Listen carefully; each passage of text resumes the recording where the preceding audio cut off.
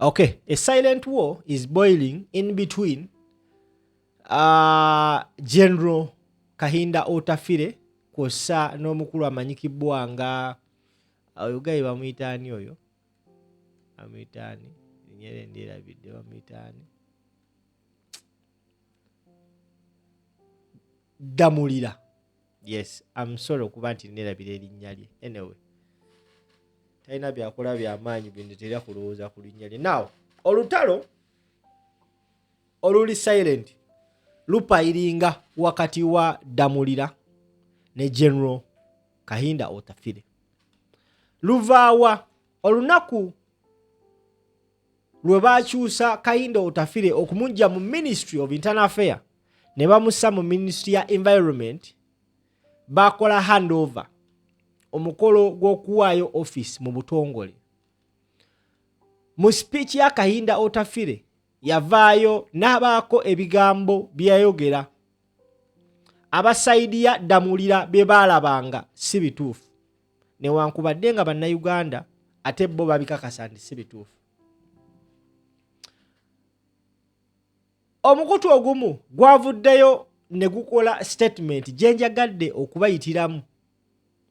Bagamba Otafiire lashes out at police leadership during ministerial handover.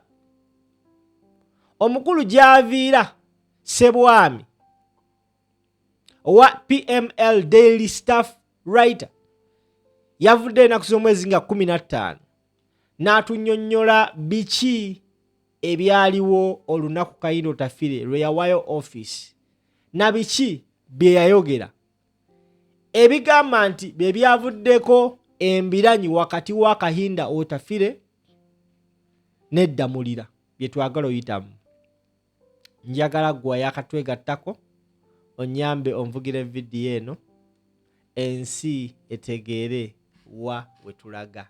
Amanya bampita Kali Lugambo Promax Simple MC. Kateekeko share, katambuze, tegeeza banno nti akasajja kazze okubyogera. Kale tusimbudde okusinziira ku mukutu guno bakugamba nti deep seated disputes over promotion, procurement, deals and allegation of rough conduct lie behind criticism of police leader by the outgoing Ministry of Internal Affairs Major General Kayinda Otafiire. Otafiire did not mince words about the leadership of the Uganda Police Force as he handed over office to new Minister Ephraim Kamuntu.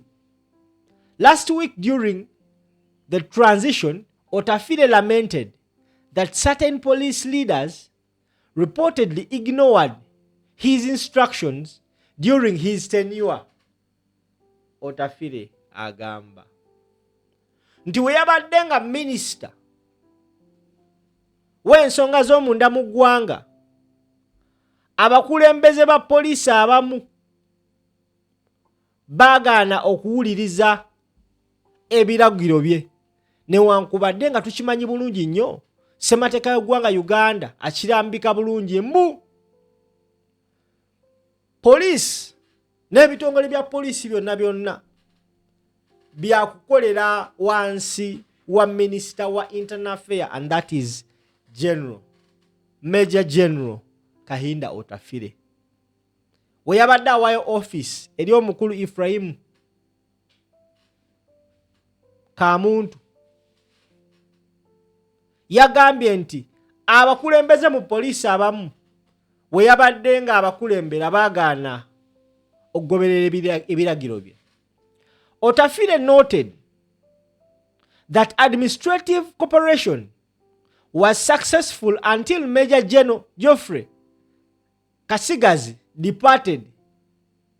Kasigazi had served as Deputy Inspector General of Police and later as Acting Inspector General of Police before President Museveni appointed Abaserikale as the new Inspector General of Police and James Otafiire as his deputy. Otafiire stated that some members of the current regime simply refused to listen to policy directive. Akugamba nti ebintu byonna byakyuka oluvannyuma lw'okukyusa General Godfrey Kasigazi eyali akola nga Deputy Inspector General Police, later on gwe baafuula Inspector General Police. We baamukyusa bateekako omukulu amanyikibwa nga Abasi Byakagaba era nga amumyuka ye James Otafiire.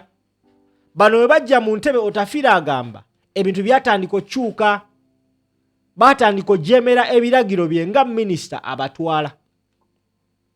The friction intensified publicly a day after Otafiire left the ministry, when he posted a message to Kamuntu on social media warning him not to tolerate extrajudicial killings, especially pointing to Crime Intelligence Directorate. Obuzibu obw'embiranyi yatandika olunaku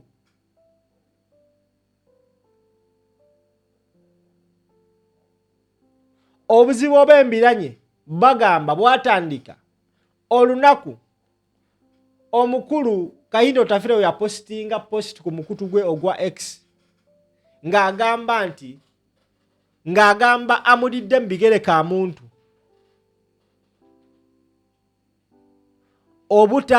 obutatoletinga kutugumbula kutta bantu okukolebwa aba Crime Intelligence Directorate. And of course we know akulira Crime Intelligence simulala bamuyita Damulira.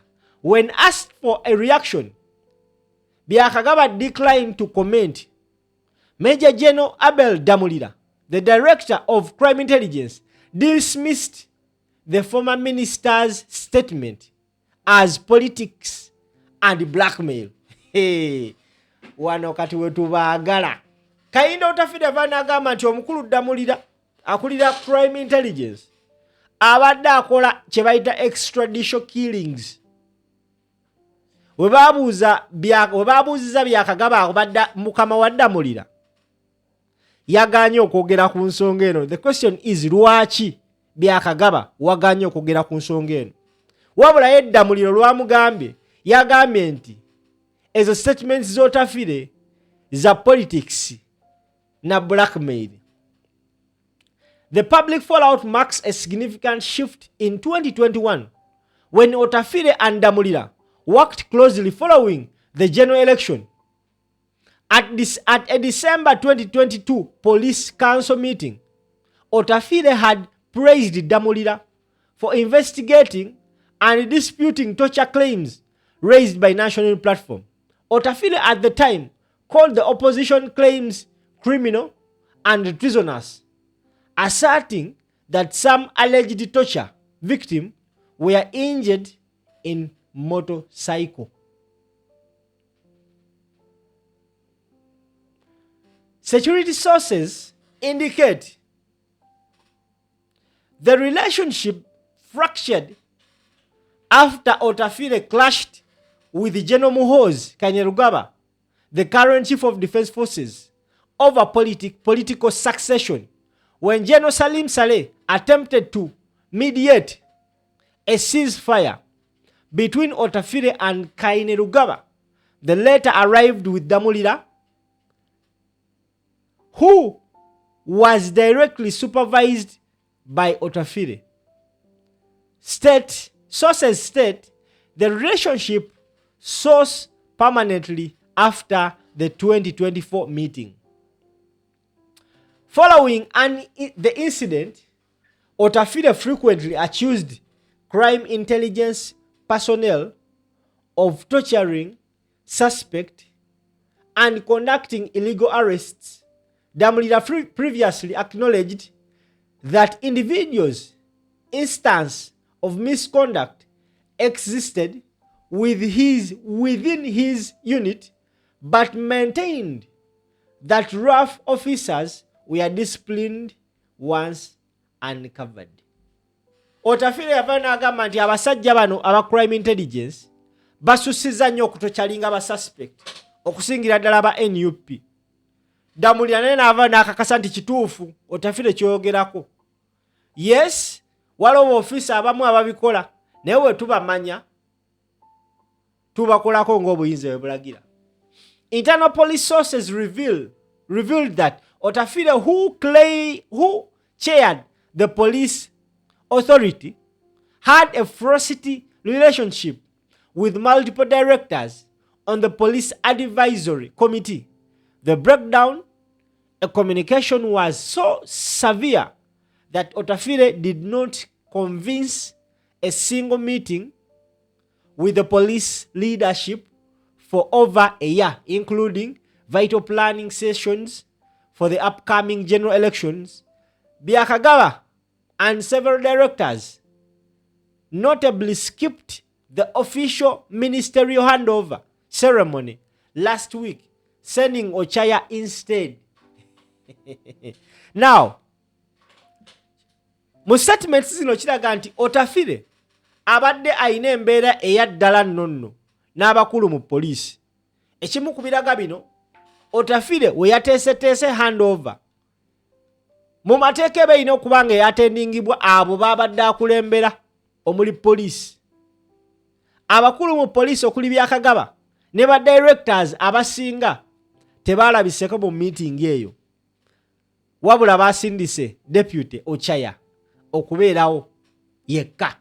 Ekimu ku biraga nti bamwesambye era kiraga kino clearly nti babadde bamwekokkola. Insiders attribute the long-standing tension to dispute over land, promotion, divided political loyalties, and contested procurement contracts. In 2021, Otafiire announced a major public-private partnership procurement project to construct 69,000 housing units for police, prison, immigration staff by February 2023. The Ministry of Internal Affairs backed Edicomsa International, a Spanish firm, to develop the housing. However, police leadership under former Inspector General Martin Ochola objected to the deal, raising concern that the force could lose institutional land to private investors. The Ministry of Finance subsequently halted the proposal because Edicomsa International failed to provide clear details regarding costs, construction sites, or repayment plans. The Solicitor General also blocked the direct procurement, ordering competitive binding instead.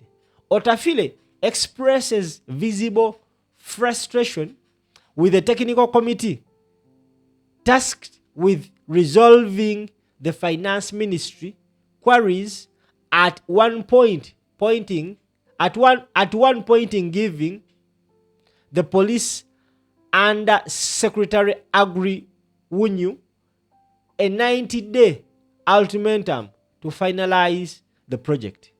Despite the pressure, police and finance ministry officials continued to block the deal until government landed protection were guaranteed further aligned the former minister. Ensonga z'abakulu bano okusinziira ku byensomye mu statement eno ey'omukulu gye yakoze zirimu n'engabana y'akasente, waliwo zirimu n'eddiiru. Otafiire ayina be yalemesa ddiiru nabo ne bateekawo embeera okwagala omusibira ekikookolo. So Joel Ssenyonyi, leader of opposition, yavuddeyo naye n'akomentinga ku statement ya Otafiire gye yakoze ng'awa omukulu Ephraim Kamuntu office obutakkiriza extrajudicial killings. This justifies ebigambo bye babadde boogera ba NUP ti abakulu bano eno babadde bakola kye bayita extrajudicial killing. bampita Kali Lugamba Pro Max akategedde vuga video